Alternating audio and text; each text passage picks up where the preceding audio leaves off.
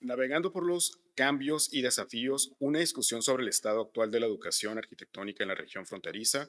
Esta mesa tratará de explorar el impacto de los cambios sociales, tecnológicos y ambientales contemporáneos. Esta sesión tiene como objetivo evaluar cómo las instituciones académicas están evolucionando para los desafíos actuales, adaptarse a las demandas regionales y preparar a la próxima generación de arquitectos para el mundo que cambia rápidamente. En otro idioma, Navigating Shift and Changes, a discussion on the current state of architectural education in the border region, exploring the impact of contemporary societal, technological, and environmental shift. This session aims to assess how academic institutions are evolving to meet the present-day challenges, adapting to regional demands, and prepare the next generation of architects for rapidly changing world around us. Originalmente nos iba a acompañar a Elena Tudela, por cuestiones de salud no se pudo presentar, pero empiezo a presentar a lo que son nuestros panelistas el día de hoy. Nos acompaña Josefina Granados, del Fomento Cultural Infonavit. No sé si lo dije bien. Espacio Cultural, ok. Espero no equivocarme con la microbiografía, pero bueno. Dice, Josefina Granados es una figura influyente en el campo de la promoción cultural y la educación arquitectónica en México. Se desempeña como líder clave del Fomento Cultural Infonavit, la rama cultural del Instituto de Fondo Nacional de Vivienda para los Trabajadores, o Infonavit, donde supervisa las iniciativas destinadas para la mejora de la vivienda, el desarrollo urbano y la innovación arquitectónica. A través de su trabajo, Granados aboga por la integración de la cultura, el arte y la arquitectura en el desarrollo de comunidades sustentables y habitables. ¿Estoy en lo correcto? Más o menos. Ah, es Alejandra Lamora, perdón. Ok. Bueno, ok. Por otro lado, nos acompaña Diana Redondo, es profesora en arquitectura y se desempeña como directora del Departamento de Artes Visuales y Diseño de Southwestern College desde el 2023. ¿Estoy en lo correcto? Ok. Se dedica a fomentar la próxima generación de arquitectos a través de la enseñanza innovadora, experiencias de aprendizaje práctico. En Southwestern College también Arredondo desempeña el papel fundamental en la configuración del plan de estudios de arquitectura, enfatizando la importancia de la participación comunitaria y la colaboración transfronteriza, particularmente en nuestra región de Tijuana, San Diego. También nos acompaña Daniela Deutsch, perdón. Daniela Deutsch es una arquitecta experimentada y docente de New School en San Diego. Su trayectoria diversa, tanto como en la práctica profesional como en el ámbito académico, es conocida por su dedicación en la formación de futuros arquitectos, haciendo hincapié en una base sólida en principios de sustentabilidad y urbanismo. En New School, Daniela participa activamente en la creación de un entorno creativo, fomentando la innovación y la creatividad. También nos acompaña Jorge Gracia, es un reconocido arquitecto mexicano y fundador de Gracia Studio, una firma con sede en Tijuana, y Gracia es fundador y director de lo que viene siendo la Escuela Libre de Arquitectura y es exalumno de la Universidad Iberoamericana. A lo largo de los años, Jorge Gracia se ha convertido en una voz líder en la educación arquitectónica y la colaboración transfronteriza, particularmente en nuestra área de Tijuana, San Diego. Entonces, es una... Mande. Pásame a Josefina, sí. Perdón, Josefina, es que... ¿Dónde está? Lo voy a decir en inglés, me hiciste... Josefina Granados. She has dedicated her career to cultural art and management between 1992 and 1997. She studied the bachelor degree in art. No, it's okay. We have to be sure. Sorry, I committed a mistake. Ok. Cosas del oficio, ¿no? Bueno, vamos a empezar con una serie de preguntas y, pues bueno, van a ser preguntas generales. Las voy a leer en inglés y es para todos. Ahora sí que como puedan apoyarme. The first question is going to be open, so everybody can say what is... Contribute, yeah, thank you. So in the decade, an architectural education has faced significant shift. From your perspective, what are the most pressing challenge or challenges that with your institutions, and how these are shaping the future of the direction of the architectural education in a border or a region. So, en la última década, la educación de la arquitectura ha enfrentado diversos cambios. Desde la perspectiva desde sus instituciones, ¿cuáles serían los cambios que se puedan tener hoy en día y cómo es que sus instituciones están fomentando estos cambios en la educación de la arquitectura en nuestra región? Okay, I can start. Thank you, and sorry I can speak Spanish, which is really a shame, but I can talk in German if you want me. So this is a very important question, and I think in this group, the number one issue is access to architectural education and, affordability of architectural education. So I would say, to me, this is the number one thing, particularly in this group. And I taught in the US for 22 years. I studied in Germany for free. And for me, this is the number one problem. And I know me and some of my colleagues are in the private school now, but it's not because we're not fully supporting the other direction. This has to change, yeah? So new educational models, whatever it takes, we're in this together. So that's a big issue. I'm going to start with that, so I leave the other points, but thank you.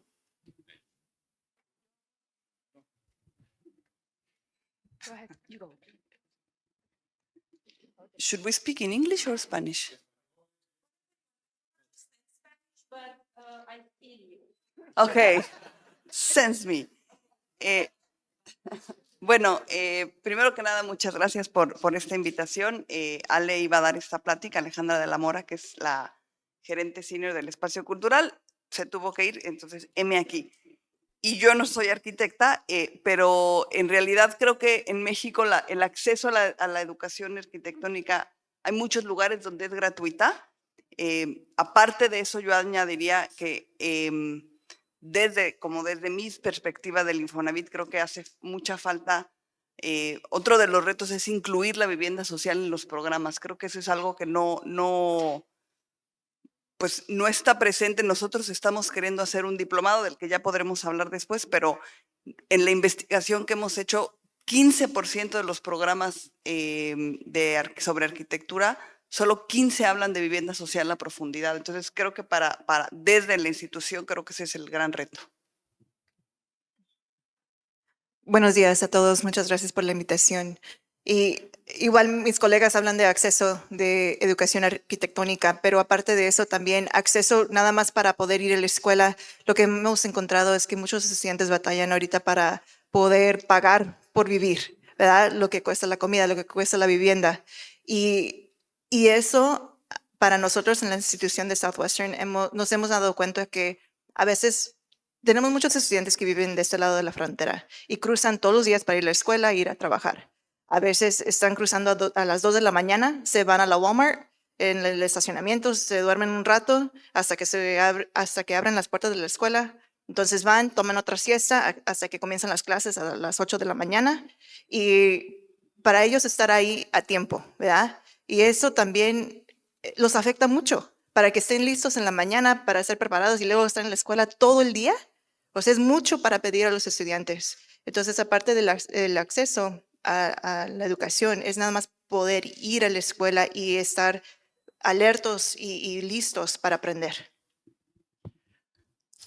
Creo que tocaron temas súper importantes. Yo siento que es la belleza de vivir en la frontera, que siempre existen retos, ¿no? Que existen algunas cosas muy buenas de un país y algunas muy buenas de otro. Y en este caso, en la educación, creo que una posible solución, abriendo el tema, es el doble grado, ¿no? Sí, así como sucede en lo que es la vivienda, que de una forma orgánica se está dando la vivienda de interés, pues se puede decir vivienda económica en Tijuana, por el hecho de que los que no pueden pagar una renta o una vivienda en Estados Unidos lo están comprando y por eso hay tanto desarrollo en Tijuana. Yo creo que puede suceder algo similar en cuanto a la educación, ¿no? O sea, se me hace como que es una forma muy, muy fácil de resolver un tema. Simplemente crear programas que tengan doble grado, que tú puedas estudiar con un costo mucho menor, sin necesidad de crear un problemón en Estados Unidos de cómo poder hacer educación más accesible, sino simplemente estamos en la frontera, a lo mejor en cierta región, que puede existir programas en los que terminas tu estudio aquí y tienes una acreditación pasando ciertos exámenes, ¿no? En Estados Unidos. Entonces lo pongo en la mesa nomás. Thank you. Ya, muchas gracias. We need a double degree in architecture between San Diego and Tijuana, so maybe something can be done to have like a revalidate the education. Y bueno, también tocando este tema, pues es algo muy particular que puede llegar a ocurrir en Valle de las Palmas, o sea, los volteé a ver porque esos traslados de las 5 de la mañana también no son ajenos aquí en México. Siguiendo con lo que es parte de las preguntas que estaban preparadas, la siguiente o el primer tema sería sobre la adaptación del currículo o de las clases o de las necesidades, tanto regionales o en el mundo. So this is about the curriculum adaptation to the regional or the global needs. So given our border regions' unique socio-environmental and socioeconomic context, how have your schools adapted the curriculum to prepare the students for these challenges? Or can you describe how the architectural education currently is being taught at the border? En español sería, dado el contexto socioeconómico, ambiental y económico de la frontera, ¿cómo se están adaptando las escuelas al plan de estudios para preparar a los estudiantes a los nuevos desafíos? ¿Y cómo se podría describir esto desde la educación arquitectónica, que es lo que se hace en sus instituciones? Thank you. So I have to say with pride that the professors that do this at New School are all in the room. It's not me that does this, but I'm talking now about border center studios, kind of cultural sensitivity to the transborder situation. So if it is Alan Rosenblum or Jesus or Blas, they all for years are teaching in that direction. Yeah, so New School is for sure very focused on that, considering our faculty. But again, I taught at Woodbury for 11 years and, with Teddy Cruz and lots of other people in the room. And for me, looking at San Diego, the 2 accredited schools, at least I was part of, I know that the team we have now in the city is for decades focused on that. And yes, some of these professors are now in New School and teach that. Me as now the Dean of School of Architecture, I'm totally supporting that. So we have in both master program and undergraduate programs, cross-border studios. And definitely, again, Blas is teaching every year a border-related studio in the master program, no? What I hope is that all of us, definitely at New School, start to understand the importance of this proximity. There is not just this team of people that are doing this for 25 years, but everybody at New School. So that's a good momentum for us to discuss from this lens. How do we make sure this is really clear to everybody, including the leaders above us? Yeah, this is a very important issue. And I think we're not doing enough yet. Yeah, so thank you. Yo creo que estamos con 2 contextos. I'm going to say it in English this time, okay? So I think we have 2 contexts, of course, the Mexican and the US, and the progress of the way the cities are being developed in the last years. I think Tijuana is going much, much faster. So I think we should teach our students to learn from the positive things that had happened in San Diego and the negative things as transportation. Even though there is investment for transportation in San Diego, it doesn't really work. Here we have problems of infrastructure, lots of problems of infrastructure that they don't work. But if we learn from San Diego on those aspects, I think it's something that we could evaluate for new generations to basically understanding what what has been done and what's right and what's wrong, and apply to here with because I think that the progress is going too fast.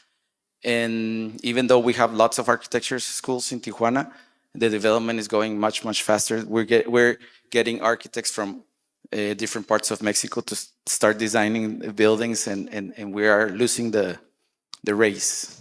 Okay, so, and the people who's designing the city right now, they're not local architects, so they don't really understand the border. So we don't want to be a copy of Mexico City or Guadalajara or other city from that is not Tijuana. Bueno, yo creo que esto que acabas de decir es como súper importante. Hace 2 semanas estuvimos en Mexicali presentando un proyecto que presentamos ayer también, y que no tiene que ver con proceso educativo, sino un proyecto más comunitario. Pero tuvimos luego un foro que fue un foro mucho más íntimo, más chiquito, y se nos acercaron varias ya profesionistas de la arquitectura que estaban ejerciendo, y nos decían, está esta preocupación sobre la reforma y esta idea de construir 1 millón de casas en el próximo sexenio, ¿no? Que a cualquiera nos asusta y nos puede alentar, pero se nos acercó una arquitecta y nos decía, es que, ¿cómo le vamos a hacer para que no vengan de la ciudad a imponer sus sistemas constructivos o sus sistemas de urbanismo? Entonces, creo que eso es fundamental enseñar en las escuelas, como adaptar las partes. Y digo, sé que sucede, pero tendría que ser como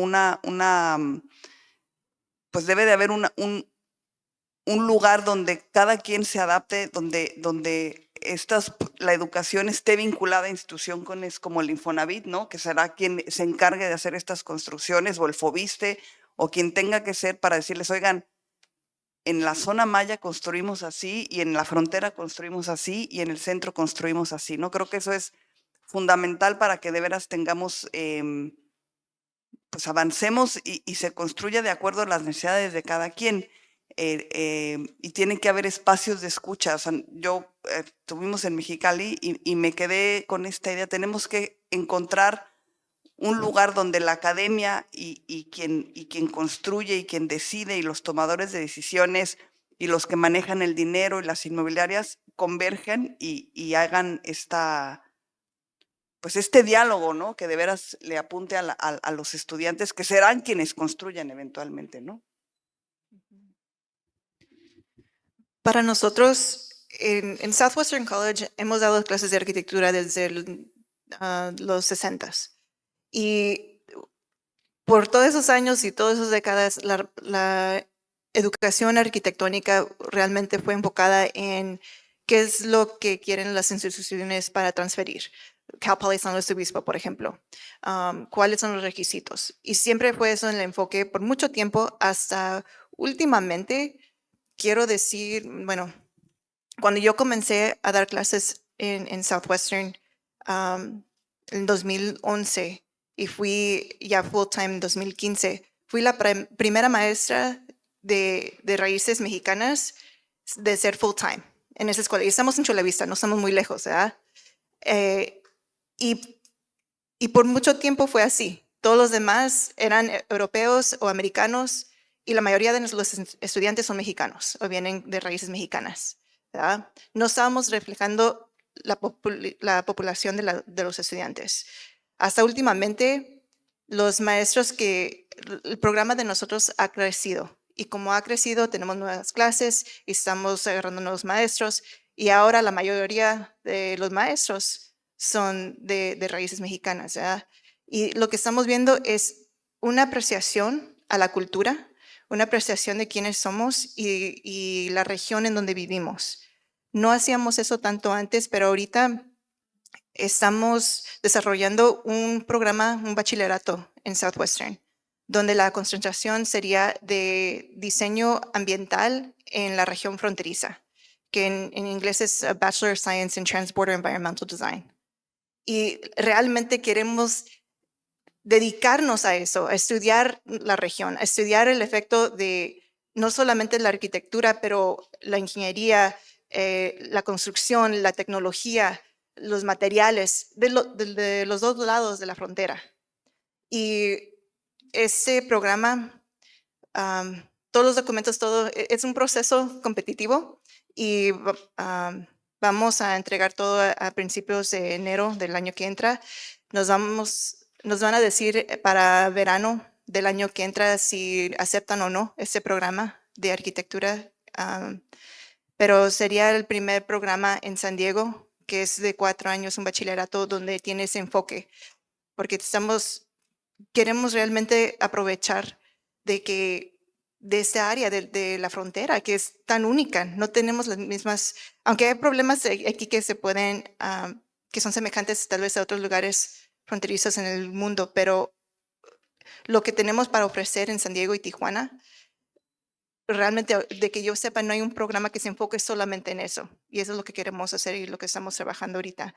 57% de nuestros estudiantes no se pueden transferir por responsabilidades personales, trabajos, lo que sea. Se tienen que quedar en esta región y no tienen muchas opciones para continuar sus estudios en San Diego ahorita. Entonces, ese sería un programa para ayudarlos a ellos. Y ahorita, de nuestros estudiantes, tenemos casi 350 estudiantes de arquitectura en Southwestern y aproximadamente 15% viven en Tijuana y están cruzando todos los días. Entonces, realmente, de nuevo, es aprovechar lo que tenemos que nuestra región puede ofrecer para la educación arquitectónica. ¿Puedo decir algo rápido? Uno. Okay. No. Yo siento que estamos desaprovechando muchas oportunidades en la frontera, ¿no? O sea, ahorita se me vino a la mente de ese programa, por ejemplo, si fuera impartido en Tijuana. O sea, el principal problema de la región es el tiempo de espera para cruzar la frontera. Es el principal problema que tenemos todos. Y yo siempre le he dicho que nosotros como mexicanos hemos sabido aprovechar las ventajas de Estados Unidos, pero Estados Unidos no ha sabido aprovechar la ventaja de Tijuana no sé por qué razón.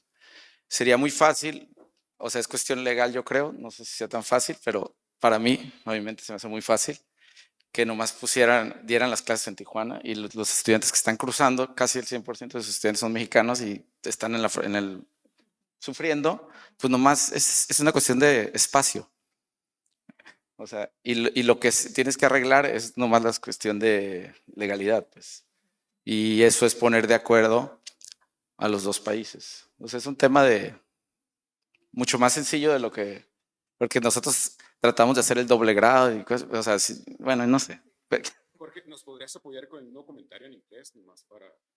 Yes. Ya se me olvidó. Sorry. Yeah. Sorry. No. Es que fue un momento así. I think it's a question of I think one of the main problems of the border is the waiting time on the border. And she's talking about a program to be applied for mostly Mexican students that cross the border every day. So I'm saying that why don't we open part of a branch of the school in Tijuana? So then that's a. And one of the things just to add to that is that, our business program, they're starting to do that. They're partnering with some of the universities here in Tijuana so that they can offer classes here, and they're getting credit over there in San Diego. So it's not like it can't happen. It's just that we haven't explored that option yet. And I think with this organization, the Transborder Association of Architectural Education, really allows us to start these conversations of what we can do, either to have faculty and students from Tijuana taking classes in San Diego, and San Diego and faculty and students coming down here, really looking at the fluidity between the border. And we haven't seen that yet, but we're starting to. And that's the beautiful thing about this organization and having all of you here today and seeing the importance of it. It is possible to have classes here. We just have to start having these discussions between educators. And the easiest way is north to south. Because for us us as the Escuela Libre to deal with that school there, there's going to be lots of requirements in the US. But in Mexico, if you guys want to, I can do that like that. Tomorrow. Thank you. Thanks for translating a few things, but otherwise it's really exciting. I think most people understand Spanish. We have maybe a few students there from New School that don't. Anyone that doesn't know Spanish there, or I'm the only one? Rex, help me out. You know Spanish too? Okay, good. So, but thank you for your patience. So thank you for that. I wanted to add, because the initial question related to some possible examples, and I realized after you guys started talking, I did not exactly teach border conditions, but I taught a lot of studios right close to it. Like, and I want to give you some examples, like San Isidro Casa Familiar, which a year and a half ago with Goyo Ortiz, we developed an entire affordable housing studio for the San Isidro Casa Familiar area, and we expanded it to grad and undergrad studios, and that was a great experience. Yeah, it was still about the same culture sensitivity, affordability issues. But I just wanted to give you an example of what can happen still in San Diego, but related to the same issues. And the next 2 years were about the Black Arts and Culture District that was just designated 2 years ago in San Diego. It's the first time San Diego has a Black Arts and Culture District. And the moment it was designated, New School started non-stop projects with them. Yeah.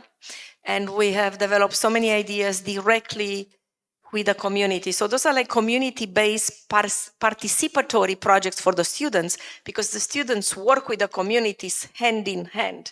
And at this point, the Black Arts and Culture say, the only people that help us are the New School students, like that. It's very interesting now. Obviously, the Tijuana situation is more complex because he has been there for a long time and we're fighting it stronger now. But the Black Arts and Culture, they're still struggling really hard in San Diego, no? But I want to say something to what you said, which is you and Diana. So I think because we have these very large studios and New School, for example, and space, I can imagine how we can do a collaborative studio where people can come in and really work on the same project challenge together, also with different points of view, because we have lots of such culturally loaded studios, so everybody could benefit and the students can learn from each other's struggles. But I'm also open for whatever such ideas you may have. I will do my best to open all New School doors for it. Thank you. Thank you. Have a question?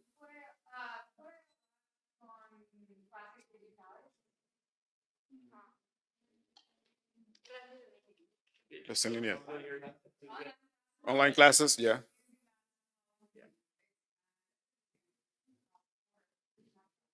Yeah, but it's a hard topic because oh, sorry. It's a hard topic because you need like have an infrastructure to import the classes, and we have these things from COVID that not all the classes were teaching like with the higher quality. But yeah, that's a personal opinion. But yeah, it's open to.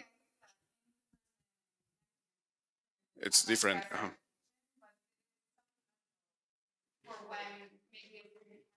Hmm.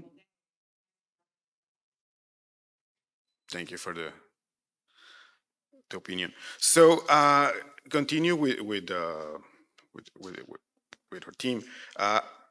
What can be a way to integrate social equality and cultural context in the education?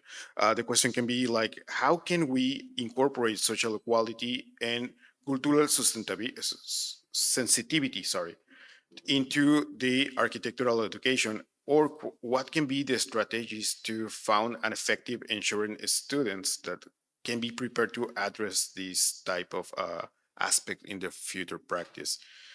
En español sería, ¿cómo podemos incorporar la equidad social y la sensibilidad cultural en la enseñanza de la arquitectura, y qué estrategias se podrían encontrar para asegurar que los estudiantes estén preparados para abordar los aspectos en sus prácticas en el futuro? Thank you. So that is in fact for us a current challenge. We're going through an ABA accreditation, and this is just an architectural accreditation board, but one of the things required were to prove that in all accredited programs you teach social related issues, social equity, social justice, and we realize it's not across the board. Yeah, it's some elective once in 5 years. And So I think one of the things is to include these kind of things in required classes, social equity, social justice, or to create classes that have a really big component connected to that. Maybe have studios on marginalized communities. Like I remember last year, David White, who's not here today, is our new director of our, architecture programs, has introduced a project like this in first year to talk to people with social challenges.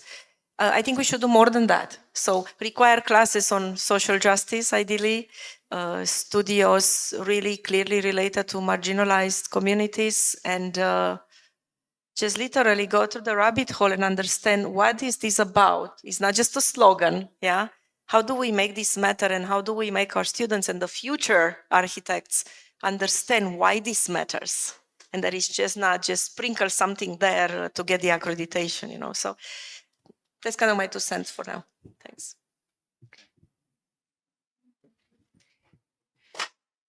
I would add that we also have to include in the curriculum a diverse, un cuerpo de maestros mucho más amplio, ¿no? O sea, este ejemplo que estabas dando de de maestros que le daban a un gran porcentaje de alumnos de origen mexicano y no había un maestro más que tú, ¿no? Creo que eso es algo fundamental, y creo que también que hay que acercar a los estudiantes a estos talleres o prácticas en campo, no solamente de técnicas constructivas, sino de quien afronta los problemas, ¿no? O sea, traer o llevar a los alumnos con el problema social, con el problema comunitario, con el problema de sostenibilidad, con el problema de escasez de agua, de recursos, de materiales. Creo que mientras más diverso sea el programa y la currícula y los alumnos, creo que es mucho más rico. Sorry that I changed to Spanish. That's okay. I'll speak in English and we'll balance it out. One of the most important things is to understand what our students are facing now, right? What are their issues? Earlier I mentioned a little bit about food insecurity, not being able to eat or not knowing where their next meal is going to come from. There's housing insecurity, not being sure where they're going to be able to sleep at night or if they're going to be able to afford their rent for the next month, right? Things like that, understanding the issues our students are facing and then being, okay, let's understand the problem, and is there an architectural solution? Can we do something to provide some sort of way to answer that problem? So, for example, when it comes to housing, why is housing an issue, right? It comes down to affordability. So why don't we have some kind of student housing on campus available for students that's affordable? We've looked into this option, right? We have so many students that are either crossing the border, like I mentioned. Why are they living in Tijuana? Because they can't afford to live across the border, right? They can't afford to live there, and their families can't afford to live there. I know what that's like firsthand. And that's the great thing when you have faculty who understand your students. In the 90s, in the early 90s, in the recession, my dad works in construction. So when there were no more jobs, we couldn't afford to live here anymore. So we went from trying to find a place to ending up, coming to Tijuana, and we came to my parents' neighborhood, aquí en la Colonia Libertad. That's where we went to move. But we didn't speak any Spanish. We didn't know how to write or read in Spanish. So we had a hard time, right? But that's what we had to do to be able to survive. And a lot of our students have that choice where, either they stay here or they come here because of the same thing. So one of the things that we did in our very first design studios, we recognized that our students are facing this. Even some of our students are living in cars, right? And that's not a situation you want to be in, looking for un callejón somewhere donde sea oscuro para que, the police aren't going to bother them so they can sleep. That's not acceptable, especially in the United States, right? So in the very first design studio, we have students starting to design tiny homes. Tiny homes, which are little homes on wheels that are transportable. It's not the ideal solution, but it's a solution, right? Where they get to design them, and then we propose places on campus where they could potentially be. Our campus president is aware of the work we're doing. Is that going on right now? Yeah, we've been doing the studio since 2018, and we've been working to raise money to actually start building these tiny homes. And whether, there are other cities in California where neighbors will rent out their land, that they have a lot of land. They'll rent out their land, put these tiny homes, and the students will be able to live there for a very affordable price, right? Where they offer that housing for students. In the city of San Diego, tiny homes are legal. So we would just have to find property within that city and look to develop a program such as this. So we're looking at options. Again, it's not ideal. Our campus, our leadership has looked at student housing for our campus, and they started doing studies, feasibility studies. Unfortunately, the funding for housing went away for student housing, but if it comes back, we're one step ahead. So we're working on it. But it's really, again, going back to understanding what are the issues, the social issues our students are facing now, and what architectural solutions can we work on so that they can be part of the solution, not just study it, but actually get their hands dirty and do something about it. And to be able to understand a problem, you have to be facing it. And I think that's one of the things. The way we did it at the Escuela Libre, it's that when 10 years ago, a little more, maybe 11 years ago, I look at this place where I try to look at the place where there was more problems. Like it's on the red light district, homeless people, lots of problems, drugs and all that. And that's the building that we rented. Because the only way to understand, because the problem is that from the percentage of the students of any of the schools, whatever school is, some of them have the problem, but some not. But the way we did it, everybody had the problem. So we put them in the problem. And it was a challenge for us because as a parent, you don't want your student to go to that place. But we decided to go with it, with the idea. And after 10 years, it's still there. Struggling all the time since day one until now. But I think the only way to understand, you have to be embedded in the problem. I love it. Follow the problem. Just jump in. No, totally. I don't know. Did I say something to this question or is the next? What was the question? You guys got me excited. Spanish, English. What was? About how to we can. Sorry, I got lost. Me too.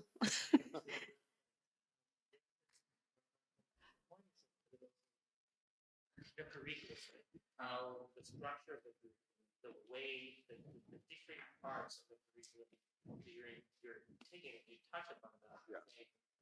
Where's the history department? Yeah. What is the other department of material? What are all these different areas that create the curriculum? Okay. And How do we define? What do we need to think about how we define the totally. No, it's perfect. And I already answered parts of the question. I just don't know which one is the next question. But I'm going to then add this now that you guys talk about it. And I know I gave those examples. I love how you even mention history. No, and I know the experts are there in the room, but everything, even that, we're not going to change history, but there are elements there that should be emphasized on top of what we emphasize. Another thing, it's policy. History of policy in architectural trend. I think that's a big one. And I learned this where? At Woodbury, no, I have to say.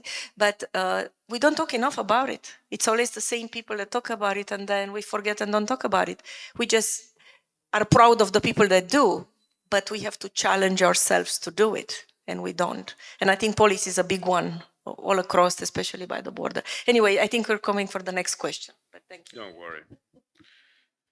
So the last part is going to be about the technological advancement and how these can be influential in the pedagogical changes. En este caso sería cómo los avances tecnológicos están impactando los cambios pedagógicos. There's going to be a series of questions. Oh, a series of questions. Sorry, thank you. Las hago en español para poder estructurarme en inglés. Con los avances tecnológicos, remodelando la forma de enseñar y la práctica en la arquitectura, ¿cómo se están integrando estas nuevas herramientas dentro de los programas que se están enseñando? ¿Existe algún reto para equilibrar las formas tradicionales contra las competencias digitales? ¿Y cuáles serían las nuevas tendencias o métodos pedagógicos adoptados en mejorar la enseñanza de los estudiantes? With new technological advancements, refacing how architectural is taught in practice, how are your programs or the programs integrating these tools into the schools. And are there any challenges balancing the traditional skills with the new digital competencies? Or there's a new trend in the pedagogical methods that can we adapt to prepare the students to confront the challenges that we face in the profession like nowadays? Thank you. I mean, I think this is the easiest question in a way. We all know we have this technology boom right now. Well, it started initially with CAD, then with all the performative stuff, but now we have AI. What is that? No? And we're learning fast, but we have to integrate those tools somehow, but carefully. No, we can just in a way it's hard because they're kind of jumping over us, but we still have to be careful, I think, and stop it. We need to have a balance between traditional skills and technological skills. There is a danger that people are so now between media and all the AI tools and all the CAD programs they know, we can even drag them back in something traditional. Besides, we're very careful. I know, again, here, David is not here, but we have David, Alan Rosenblum. I know that in first and second year of architecture at New School, we're making very sure that we don't start getting lost in technology. You guys agree? The students are right there. And I'm very proud of these professors. But then one thing that I like let's take foundation classes and advanced classes, because I teach advanced studio. Alan, for example, teaches foundation studio. So I know he uses in a smart way Miro as a platform. Miro is a great platform to collaborate different, not just hybrid, even in class. So these kind of platforms are great. But my example of a platform like BIM 360, I do technical classes, fourth year, fifth year. I need to bring engineers and architects together in a technical platform. I think that's good, and we have to carefully do it. I still hope that the first steps of the design process are not just AI, no? So that's kind of the challenge. And I think that's, to me, that's the easier challenge, even though it's intense. Still, to me, the social challenge is the bigger challenge, and the affordability challenge is the biggest challenge. But thank you. Yeah, totally agree. I think it's just a matter of, as a teachers, just ask the students to show the process, not the final product or design. Yes. That'll be. Yeah, and one of the things, as mentioned earlier, the technology that exists, especially since COVID, it allows us some flexibility, but we need to be very careful, right? There's being able to teach online, absolutely. Can architecture classes be taught online? Absolutely. Are they hard? Yes, right? No son fáciles para dar clases en línea, ¿verdad? Y luego los trabajos a veces no comparan lo que los estudiantes lo que hacen en persona y luego lo que hacen por medio de las clases en línea. Pero sí existen, por ejemplo, un programa en San Francisco, the Academy of Art University has a 5-year bachelor's of architecture degree that's completely online, that you can do online. Now, maybe some classes are synchronous, some asynchronous. I don't know. I haven't really looked into it that much. But there's that option. When we were looking at this Transborder environmental design degree, we were looking at how many of these classes could be taught in person, how many online, and what are the benefits of doing both. Because again, looking at that option of having classes here or students here taking class as well, getting their degree over there on that other side of the border. So that's one. But another thing, okay, la tecnología no es nada barato, ¿verdad?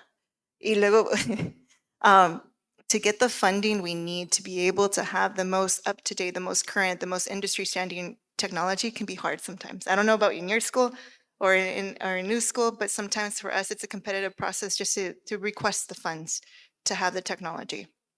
But this might be an opportunity to also reach out to industry and say, hey, this is what we want to do. If you're doing this, do you have maybe a machine that you no longer need, or you're getting something updated? Can you donate? Can you help? Right? We don't see a lot of that right now. We don't see industry getting involved with technology at the school level where maybe they can be. So that's another thing. And, Daniela talked a little bit about AI, and it's the things you can do is incredible with artificial intelligence. But again, you have to make sure you're using it ethically, responsibly, and showing the process. Not just that you're pushing a button and giving it some commands and that's it. You have to show us the thought behind it, that you really thought about it, that it was your mind, not the computer's mind that created something. Right, right. I was about to say about funding, because not all students, at least in the Mexican side of it, most of the students, or I don't know, most, but many students don't have the means to get all this software and everything. But I will go back a little bit more. Some of them doesn't have internet to do whatever Zoom class or so. I think it's great to have all these new technologies, but we have to make sure that everybody can reach them and can get access to them, no?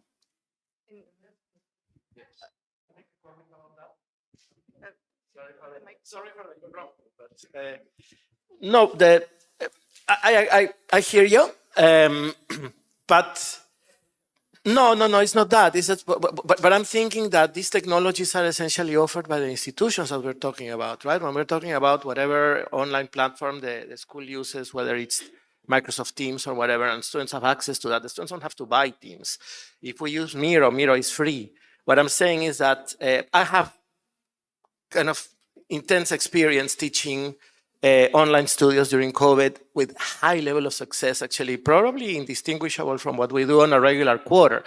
So I do feel like it is quite possible, and it depends. I understand that maybe the students that have no means cannot buy copies of Rhino, in which case we can change the curriculum of the studio to use SketchUp, which is free, instead of Rhino, which is expensive. What I'm saying is that all those things have workarounds, right? And I do take very seriously Anne-Marie's question about the online teaching as a tool for this integration. And I think it is, it would be irresponsible not to consider it strongly.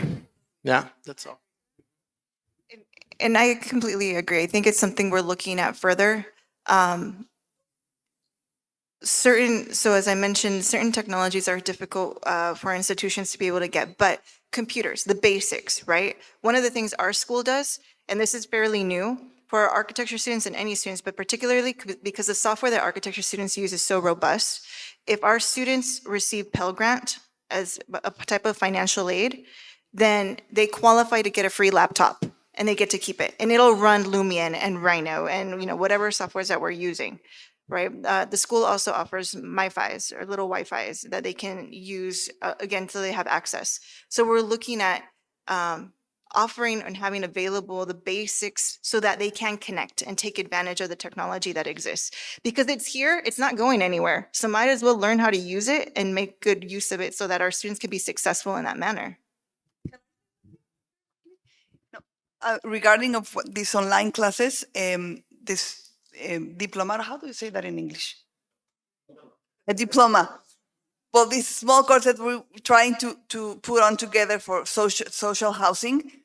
If we do it on just in the city, Mexico City, with architects from Mexico City, then we're not going to be able to do this interchange of ideas between social housing in the south, social housing in the border. So I think it's super rich to be able to do these online classes. It gives you an enormous history, background, and experiences from all over the world, and then you're able to consider and to take into account other kinds of construction. No? So I think I'm all for online classes.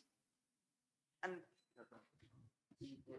Tengo pensamientos sobre la biblioteca de Marcel as una solution.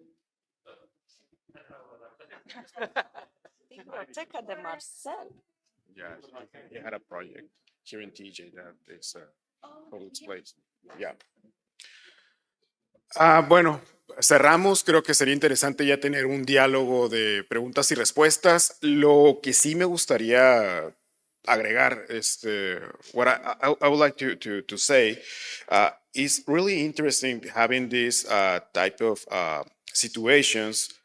If we migrate to online classes, we have like these challenges, as Alan says. There's a lot of resources that are free, but not a lot of our students here in Mexico have access to a laptop. So instead, you mentioned that we can have access to SketchUp for free, but Yeah, but there's also this problem that sometimes the institution don't give you the support to have like the access to the software. So you need to have a different access to the and the situation here in Mexico is to buy a license is more expensive to being in the US. I know it's like let's say Rhino, for instance, it costs you like $200, but if you translate those to pesos, it's going to be 4,000 pesos, and it's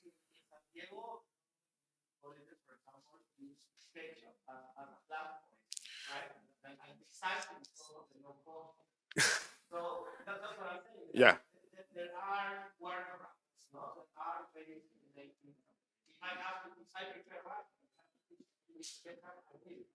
Yeah. So we go to the answer questions o preguntas y respuestas. Yo voy a ser microfonero.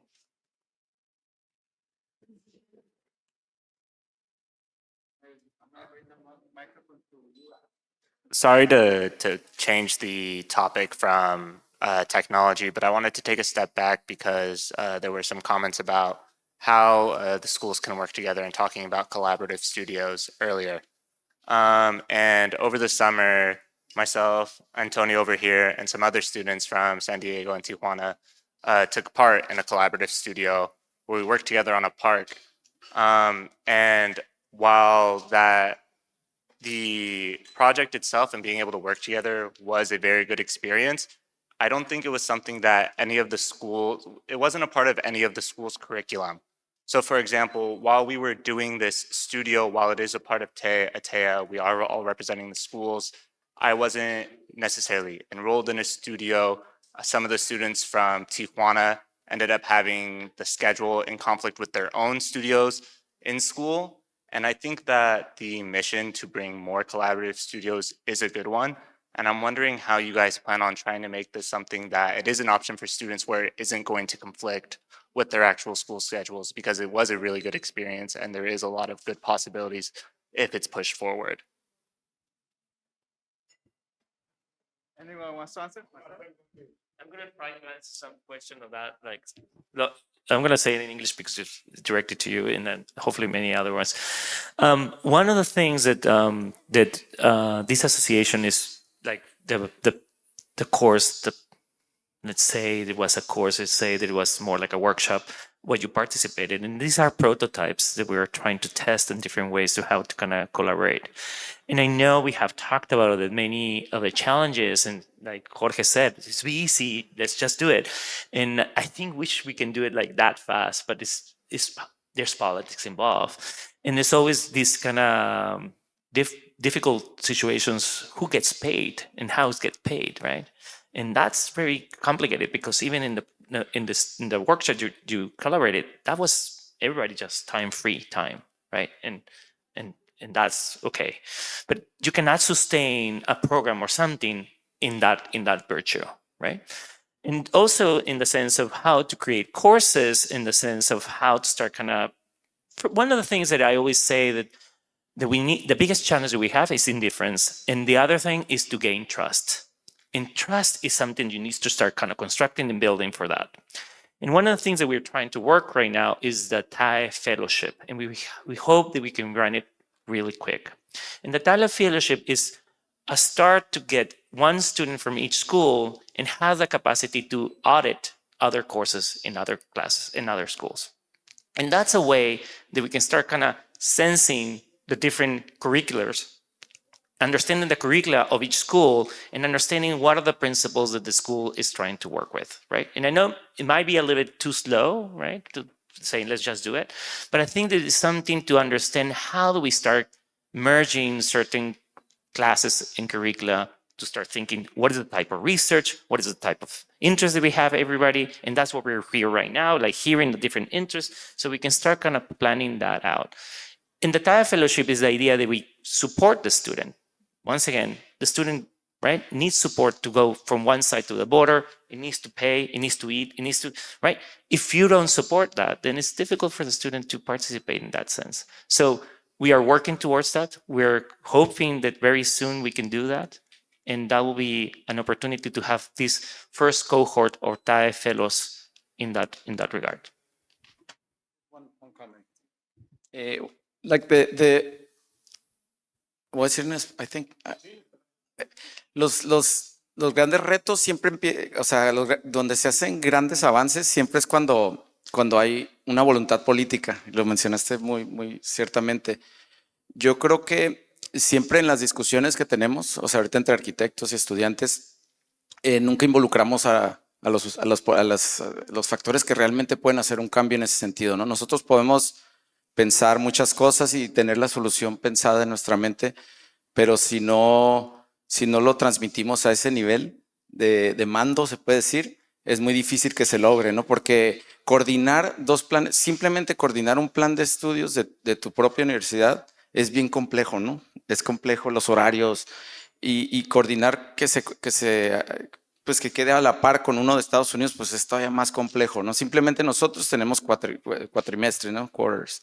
Y allá tienen semestres, ¿no? Entonces ahí ya no funciona.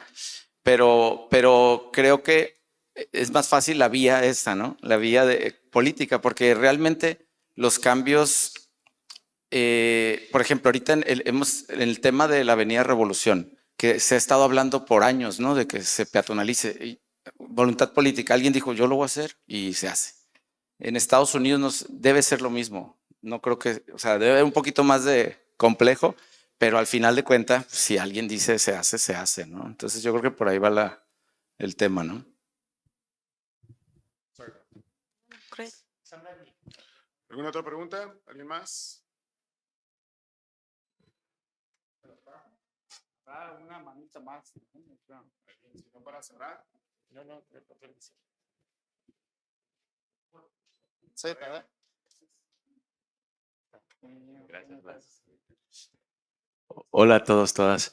Hablando de la tendencia en educación de migrar del conocimiento teórico y la producción de conocimiento a aplicación, de trabajar directamente las clases de arquitectura en necesidades de la comunidad, asociados con gobiernos locales y demás. Me consta que en algunas escuelas se hace ese tipo de approach, pero me gustaría saber si las otras escuelas lo están trabajando. Relacionado con la pregunta de la tecnología, digo, si se produce tanto conocimiento y está disponible, la diferencia es la experiencia. Lo que se le puede quedar al alumno es más, como dijo Jorge, el proceso y involucrarse, ¿no?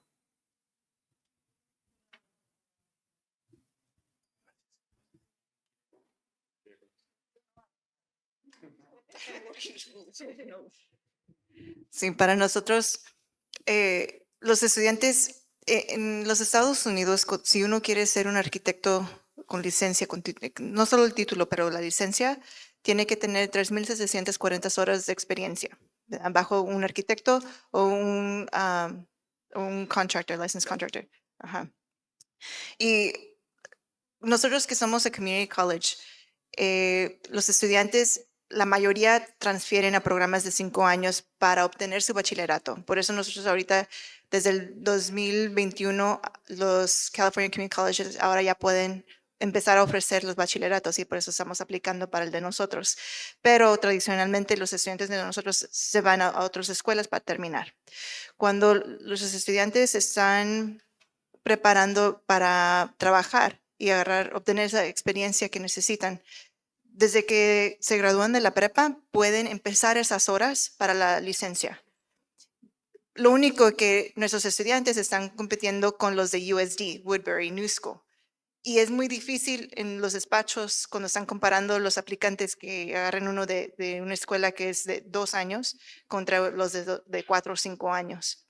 Entonces, de esa manera, nosotros sí estamos batallando, pero si nuestros estudiantes no pueden trabajar en despachos de arquitectos por la competencia, estamos viendo también oficinas de interiores, interior design, contractors, también servicio comunitario, volunteering con Habitat for Humanity, por the San Diego Conservation, or digo, San Diego, their Urban Core of San Diego, donde están construyendo casas para los que tienen necesidad. Estamos viendo cuáles son las oportunidades porque sí se nos hace un poquito más difícil cuando tenemos las otras instituciones y hay esa competencia.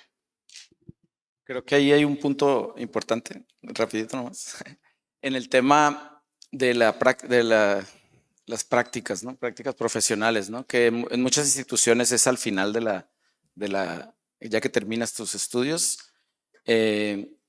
nosotros lo hacemos en medio, ¿no? Cada año, ¿no?